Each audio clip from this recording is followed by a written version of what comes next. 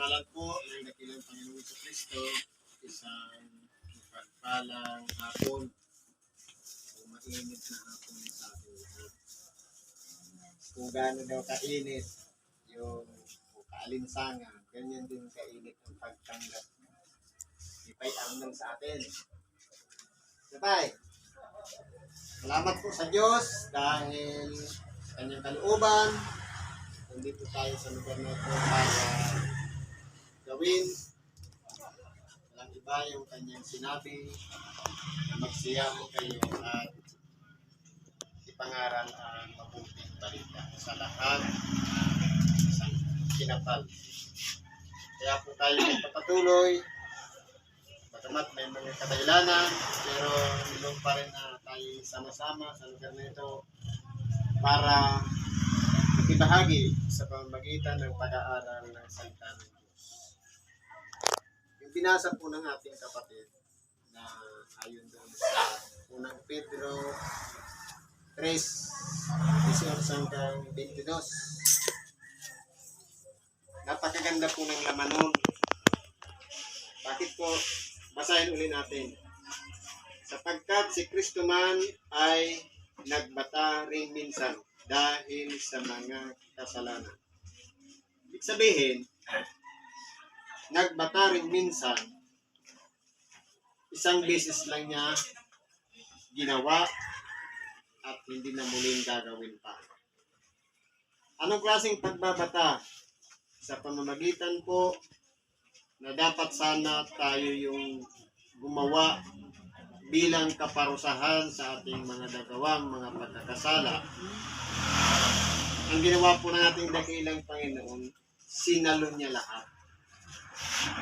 Salip na tayo, itong katawang ito na salarin, ang parusahan, pinako na po lahat ng ating dakilang Panginoon. Nang minsan lang siya nagbata at yun ay para na sa lahat. Eh po, kung pag-aaralan natin, kung karunungang sanglibutan, ang tawag doon, kamangmangan. Dahil po, bakit naman nag-aalay ng buhay para sa kapwa, samantalang meron naman sariling buhay. Pero dahil nga, sa kalooban ng Diyos, bagamat ito'y kamangmangan sa sanlibutan, ito'y karunungan ng Diyos. Dahil, sabi nga, walang ginawa na hindi sa pamamagitan ng ating dakilang Panginoon. O kaya walang nilikha kung wala siya. At wala rin ginawa kung hindi siya kasama. Sa makatuwid, napakaganda ng plano ng Diyos na itinakda niya talaga sa isang tao na minsan lang mabuhay sa ibabaw ng sanlibutan. Kagaya rin ng minsan din lang na pagbata ng ating dakilang Panginoon sa ating mga kasalanan at pagkatapos nun ay ang muli niyang pagbabalik, yung pag-uukom. Pero po, bakit ginawa niya na dapat sana tayong mga makasalanan ang gumawa? Sabi nga niya dito, ang matuwid dahil sa mga di matuwid. Si Kristo na matuwid, inalay ang kanyang buhay para sa ating mga hindi matuwid o mga makasalanan. Bakit ano po ang pinakalayon ng ating dakilang Panginoon? Bakit niya yung ginawa? Sabi dito, upang tayo'y madala niya sa Diyos. Sa makatuwid, tayong lahat, dahil sa ating pita ng laman at sa sarili nating mga nasap ng buhay o kagustuhan, tayo po'y binigyan ng kalayaan pumili ng mabuti at sama-sama. Pero po, ang ginagawa ng tao, kahit na ayaw man gawin ang masama, pero dahil nga sa pita ng laman, napapasunog niya ang buong katawan. Kaya po, sa isang salita, tayo po ay napahiwalay sa Diyos. Kaya ang ginawa ng ating dakilang Panginoon, dahil sa kanyang pagbata, dahil sa kanyang sakripisyo o paghihirap doon sa krus ng Kalbaryo. Ang pinakalayon niya, walang iba, yung pagkahiwalay natin sa Diyos na naging isang makasalanan, tayo'y muli niyang mailapit sa Diyos sa pamamagitan ng pananampalataya na wala po tayong ibang gagawin. Sampalatayanan natin yung ginawa ng ating dakilang Panginoong Jesucristo na sa pamamagitan ng kanyang pag-alay ng buhay, ang kanyang dugo ay walang katumbas na halaga, ay ipinagkaloob niya alang-alang sa bawat isa sa atin na mga makasalanan. Kung pag-aaralan po natin, mahirap unawain kung pagbabatayan natin ang karunungan makasanglibutan, ito'y matatawag na kamangmangan. Pero dahil nga siya ay karunungan ng Diyos, ang pinakalayon talaga ng Diyos, walang iba, ang lahat ng kanyang mga nilikha ay kilalanin siya bilang isang makapangyarihang Diyos at Ama natin. At ganoon din ang kanyang bugtong na anak sa makatuwid bagay, si Jesucristo, na nag-alay ng kanyang buhay na siya naman tinatawag natin dakilang Panginoon. Kumbaga, ang plano ng Diyos, iisa lang, mula tayo sa Kanya, kilalanin natin siya, sampalatayanan natin siya, at sumunod tayo sa Kanya. Kaya, yung pamamaraan dito sa ibabaw ng sanlibutan, bagamat sa pamamagitan ni Moises nagkaroon ng mga palatuntunan at ng mga kahatulan at ng mga kautusan, lahat ng yan ay nabago sapagkat sinasabi sa banal na kasulatan, nung baguhin ang pagkasaserdote, kinakailangan namang baguhin ang kautusan. Sa makatuwid bagay, kung dati ang bawat tao kapag nagkakasala, nag-aalay ng kanilang mga kaloob bilang pangtubos sa sariling kasalanan, pero nung nawala na yung pagkasaserdote sa pamamagitan ng mga lahi ng mga Levita, na walang iba ang gumawa na ang ating dakilang Panginoon na minsan lamang pumasok upang mag-alay ng kanyang buhay sa dakong kabanal-banalan, yun po ay tinanggap ng Diyos at pinagkalooban tayo ng pag-asa doon sa tinatawag na panibagong buhay patungo doon sa buhay na walang hanggan. Kaya po, ang ating dakilang Panginoon naging pampalubag loob sa ating mga kasalanan. Na bagamat tayo'y nahiwalay, dahil nga ang Diyos ay mapagpahintulot, kumbaga, napakahaba ng kanyang pagpapasensya para lahat tayo ay makaabot sa pagsisisi at pagbalik loob sa Diyos. Kaya tayo'y binigyan ng napakahalagang biyaya sa makatuwid bagay kahabagan ng Diyos na tayo'y tawagin niyang isang lingkod o isang anak ayon sa kanyang kalooban. Kaya po, kung tayo po kinikilala lang natin ang ating sarili, marahil tayo po ay mapapahiwalay sa Diyos. Pero nariyan si Kristo, nariyan ang ating dakilang Panginoon, ang matuwid para si di matuwid. Kinakailangan kilalanin natin ang kanyang pagpapahalaga sa bawat isa sa atin. Dapat pahalagahan din natin yung kanyang mga aral o turo upang tayo'y mapalapit sa Diyos. Sabi dito, siyang pinatay sa laman, ngunit binuhay sa Espiritu.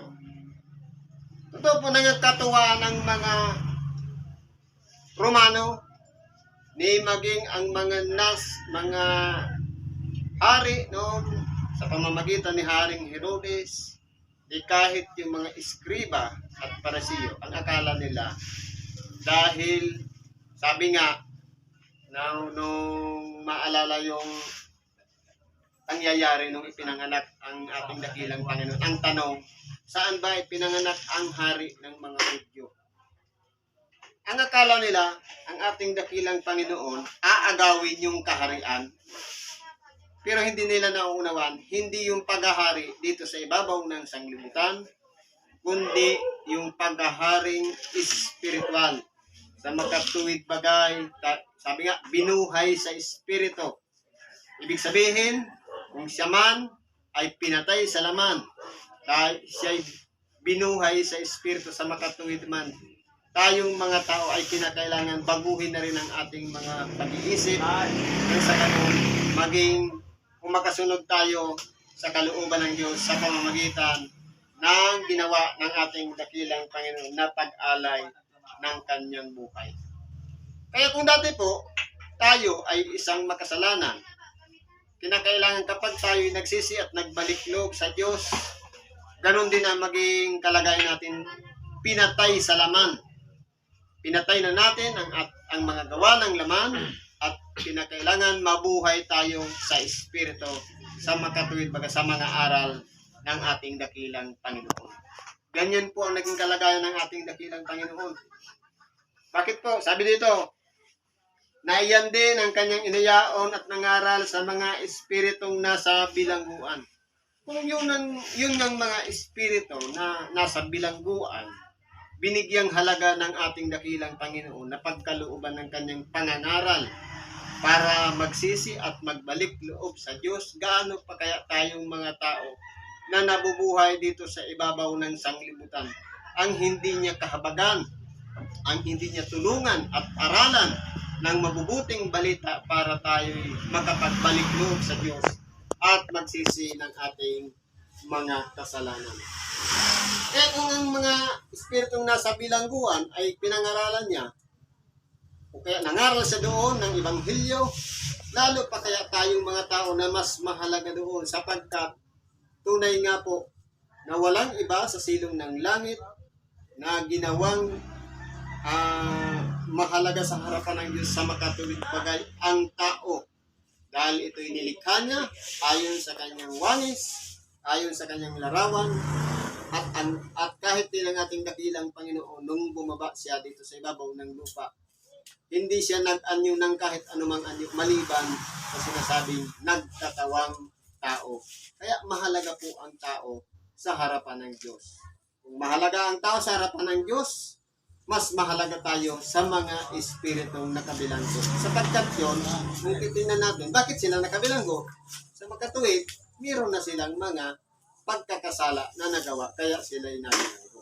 Pero tayo, dahil may kalayaan tayo, sikapin pa rin natin pag-ingatan ang ating sarili na makasunod tayo sa kalooban ng Diyos. Sapagkat bagamat tayo'y malaya, magagawa natin gumawa ng masama at gumawa ng mabuti, pero sikapin natin ang gumawa ng mabuti ayon sa kanyang itinakda na siyang dapat lakaran ng bawat tao dito sa ibabaw ng sanglibutan. Sabi po dito, na ng unang panahon ay mga suwail na ang pagpapahinuhod ng Diyos ay nanatili ng mga araw ni Noe. Samantalang inihahanda ang daong na sa loob nito'y kakaunti. Sa makatuwid ay 8 kaluluwa ang nangaligtas sa pamamagitan ng tubig. Kung pag-aralan po natin, ang tao po ay sumama ng sumama.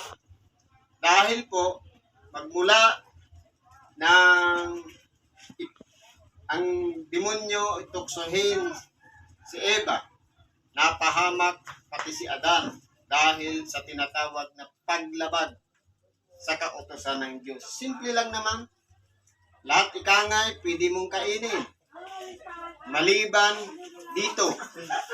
Pero ang nangyari, dahil hindi kaya ng kalaban o ni Satanas si Adan, dinaan niya sa pamamaraan na yung kung sino yung mahina, yun ang ginamit.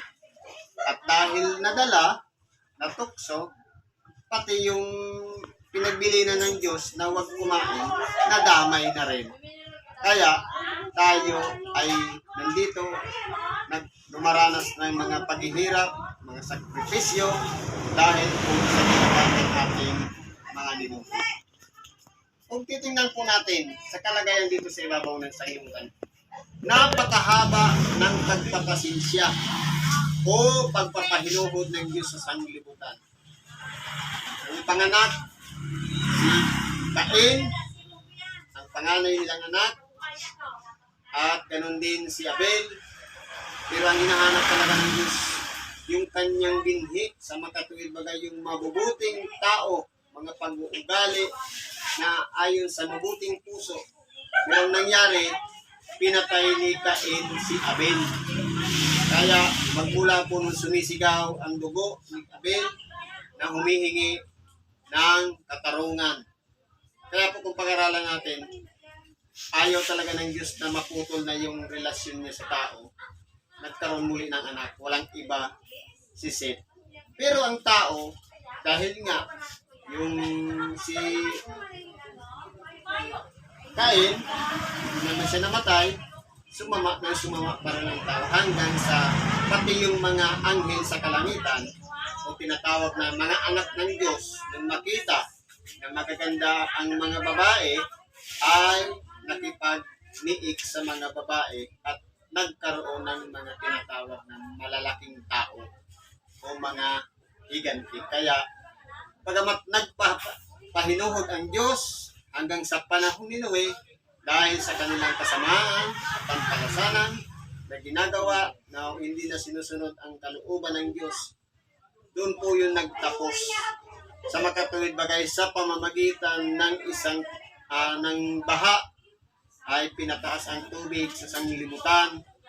Walang lamang ang nabuhay maliban lamang sa 8 kaluluwa. Sa makatuwid bagay ang lahi ni Noe, ang kanyang asawa, pati ang kanyang 3 anak at ang kanilang mga asawa. Kaya po, kung pag-aaralan natin sa kalagayan ng mga suwail at ng mga makasalanan, yun ay kahatulan sapagkat katapusan na ng kanilang buhay. Pero sa kalagayan ng Noe at ng kanyang sambahayan, ito ay kaligtasan. Bakit po? Dahil, kumbaga, iningatan ng Diyos yung pamilya ni Noe na maging ligtas upang sa ganong hindi masama doon sa tinatawag na dilubyo universal. Kaya, ang tubig ang nagligtas sa kanila. Sabi nito, na ayon sa tunay na kahawig, ngayoy nagligtas.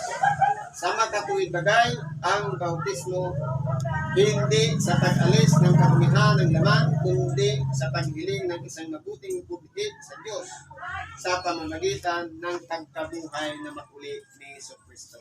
Kaya kung pag-aaralan po natin, kung tayo po ay makasalanan at naroon ng mga panahon na magdilubyo universal, pwede natin sabihin na kapahamakan yun.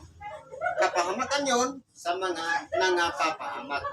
Pero doon, sa sangbahayan ni Noe, yun ay kaligtasan. Na doon naman inianyo ang bautismo na sa pamamagitan ng tubig.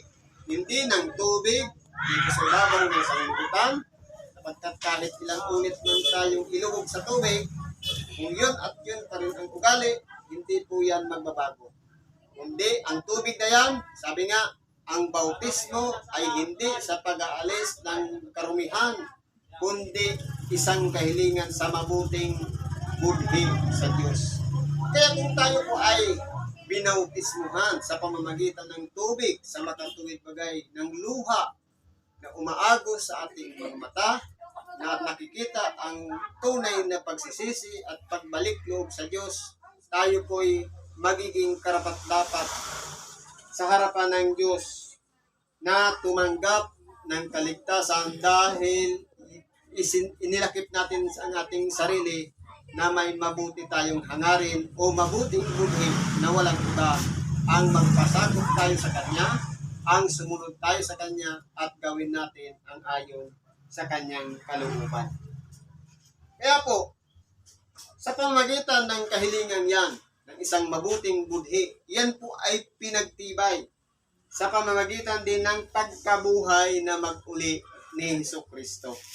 Na doon din inianyo na kung papaano ang isang tao ay binago. Hindi na tayo nabubuhay sa ating sariling o datihang pagkatao, kundi bago na tayong nilalang sa harapan ng Diyos. Nagkarapat dapat na tumanggap bilang tawagin tayong mga anak ng Diyos.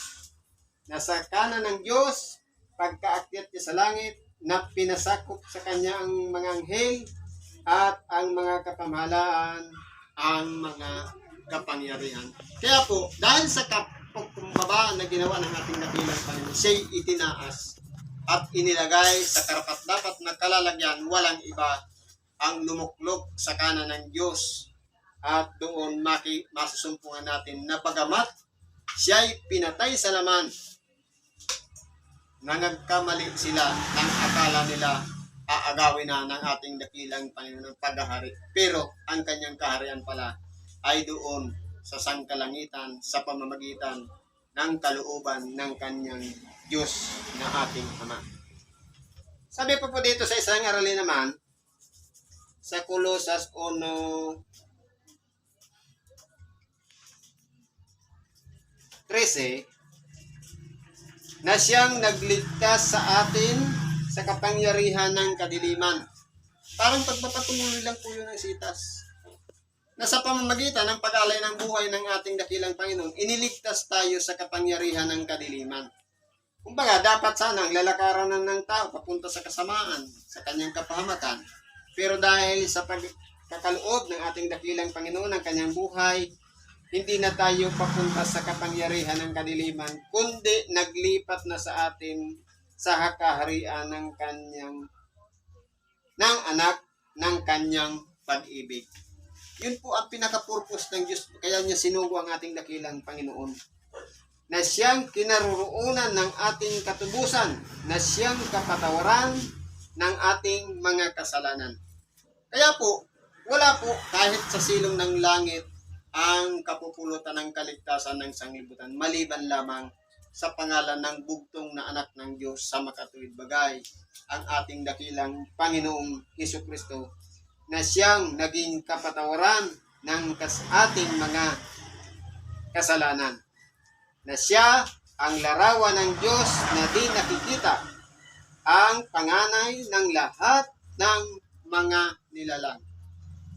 Kung pag-aralan po natin, kung sa buhay lang dito sa ibabaw ng sanglibutan, kaya nga nilait ng mga eskribas parisiyo ang ating dakilang Panginoon, sapagkat unang-una, anak siya ng isang mababang kalagayan o anluwagi o karpintero, at ang ina naman ay nakikilala nila, si Maria. Kumbaga, dahil nga sa karunungan makasanglibutan, minamaliit nila ang ating dakilang Panginoon. Dahil hindi siya nakapag-aral. Pero meron pa rin mga parisiyo na lumapit sa ating dakilang Panginoon, hindi naman para makipagtulig saan, kundi madagdagan ang karunungan. Halimbawa, si Nicodemo lumapit sa ating dakilang Panginoon. Dahil ang pamantayan niya, yung mga makasanglibutang bagay. Pero ang ating dakilang Panginoon nagpapahayag sa kanya spiritual na pagpapaliwanag para sa pagbabago ng tao na kinakailangan ikangay. Ang tao ay baguhin muli. Hindi lamang sa pamamagitan ng paghuhugas ng tubig o bautismo, kundi babago ang ating pag-iisip, ang ating kalooban, diwa, nang sa ganon matahak natin ang ayon sa kanyang itinakda na tayo'y maging tagasunod sa kanya, at nang sa ganon maihayag natin ang pangalan ng ating dakilang Panginoon na siyang nahabag sa atin at nagbigay ng pag-asa upang tayo'y tumanggap upang ng pag-asa patungo sa buhay na walang hanggan. Na siya ang larawan ng Diyos na di nakikita. Maging halimbawa ang ating dakilang Panginoon. Dahil po ang Diyos ay hindi po siya nagtaas kailanman sa kanyang sarili, bagamat siya ay mataas. Kahit man ang ating dakilang Panginoon, nanatili siya sa isang mababang kalagayan.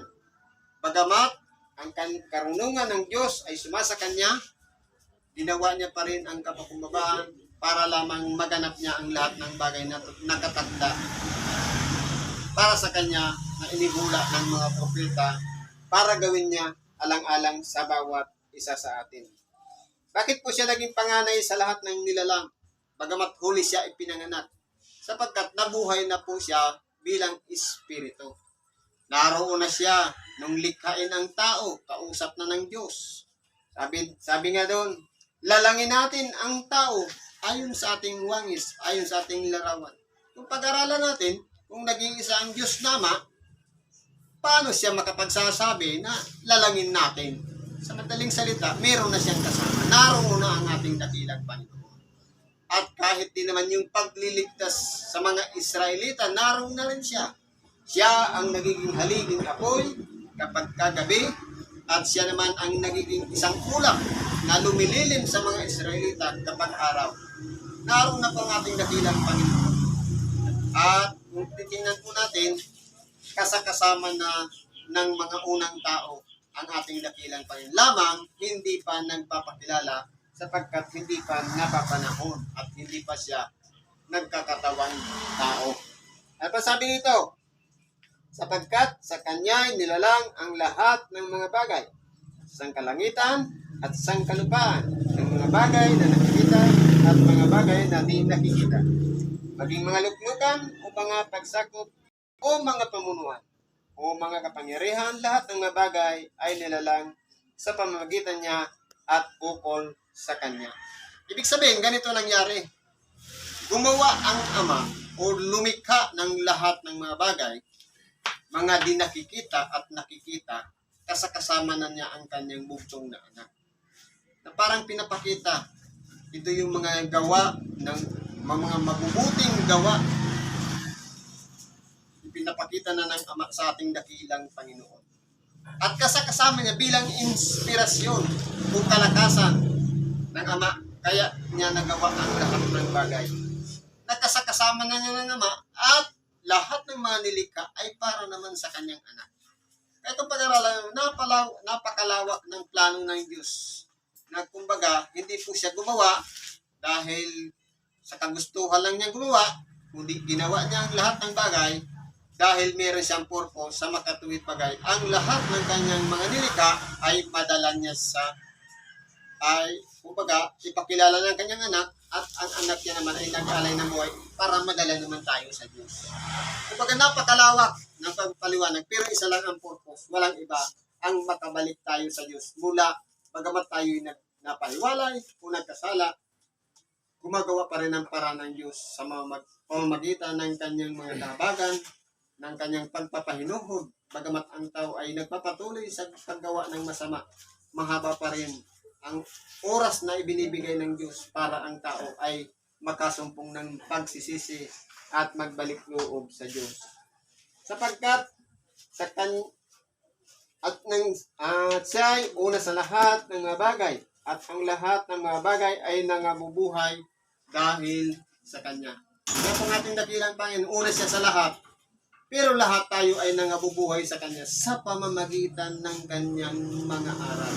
Sa makatuwid bagay, ang tinapay ng buhay o tinatawag na salita ng Diyos. Sabi nga, hindi lamang sa tinapay nabubuhay ang tao, kundi sa bawat salitang lumalabas sa bibig ng Diyos. Sa makatuwid bagay, ang Ebanghelyo ang nagbibigay sa atin ng kalakasan na nabubuhay tayo sa Ebanghelyo, sa aral na ipinagkaloob ng ating dakilang Panginoon, sapagkat kung wala pong aral, hindi natin matatahak o magagawa at masusunod ang kalooban ng Diyos. At siya ang ulo ng katawan sa makatuwid bagay ng Iglesia na sa kanya na siya ang pasimula panganay sa mga patay upang sa lahat ng mga bagay ay magkaroon siya ng kadakilaan.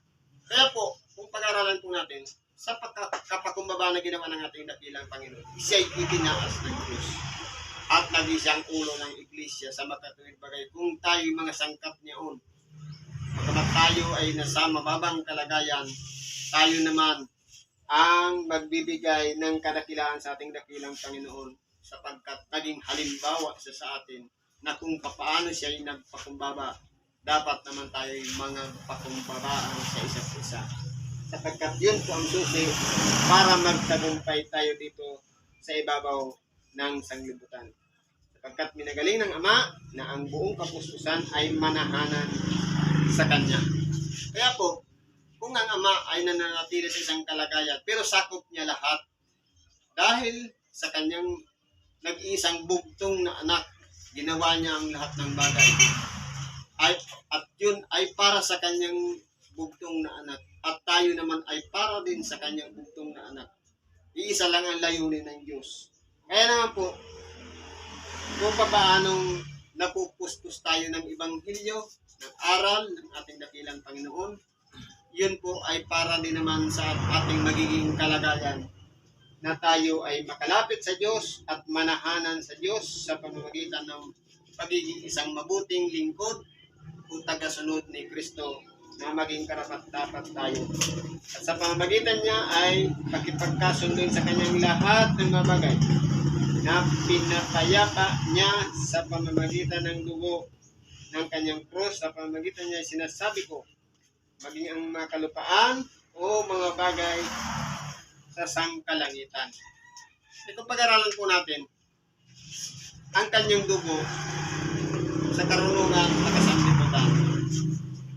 Kumbaga, walang kwenta.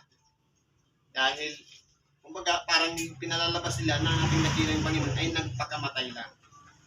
Pero dahil nga, siya'y ginawang pangtubos na mula sa mga palatuntunan o mga kautusan o mga kahatulan sa mga taong nagkakasala.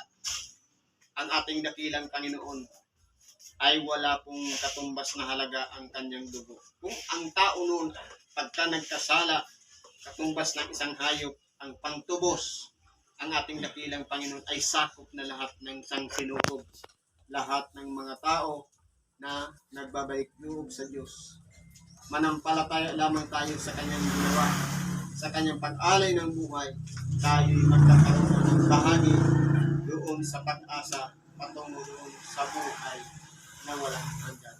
Kaya kung tayo po nadidimla ng pag-iisip, tayo'y hindi maubos-ubos na mga problema dumarating sa ating buhay. Mga kapighatian man, mga karanasan man hindi maipaliwanag, at kung ano-ano pang mga balakid sa ating buhay, sumampalataya lamang tayo sa Diyos at tayo'y magtatamo ng pag-asa patungo doon sa buhay na walang hanggan. Kaya ang tao, kung nabubuhay dito sa ibabaw ng sanlibutan, minsan lamang tayo mabuhay dito, pakahalagahan natin yung mga panahon o oras na pinagkalooban niya tayong ipanganak at makilala natin o makasilayan ng ating mga mata ang sanglibutan at makilala rin natin ang Diyos na makapangyarihan sa lahat sa pamamagitan ng Kanyang mga makahimala o mga mabubuting mga gawa. Kaya nangyari ang lahat ng mga bagay dahil sa kalooban ng Diyos. At tayo naman, kinakailangan mailapit sa Diyos sa pamamagitan ng dugo ni Kristo. At tayo naman ay magkaroon ng halaga sa Kanya para siya naman ay sa pamamagitan ng ating katawang laman ipagkaloob natin ang bahagi na kung papaano'y pinagkalooban tayo na magpahayag ng Ebanghelyo, ng magkaloob ng awitin, o anumang gawaing espiritual sa makatuwid bagay, ang tao ay mahikayat natin papunta sa Diyos para magsisi at magbalik loob at talikdan na ang ating mga kasalanan. Kaya po, magpatuloy lang po tayo, gawin natin ang Kanyang kalooban at sundin natin ang mga yapak na iniwan ng ating dakilang Panginoon. Hanapin natin siya at matutunan natin ang kapanatagan ng ating mga kaluluwa. Siguro hanggang dyan na lang muna ang pakikibahagi natin sa oras na ito. Salamat at pagpalain tayo ng Diyos. Biyaya at pagpapala ay sumagana sa bawat isa sa ngalan dakilang Panginoong Hesus Kristo.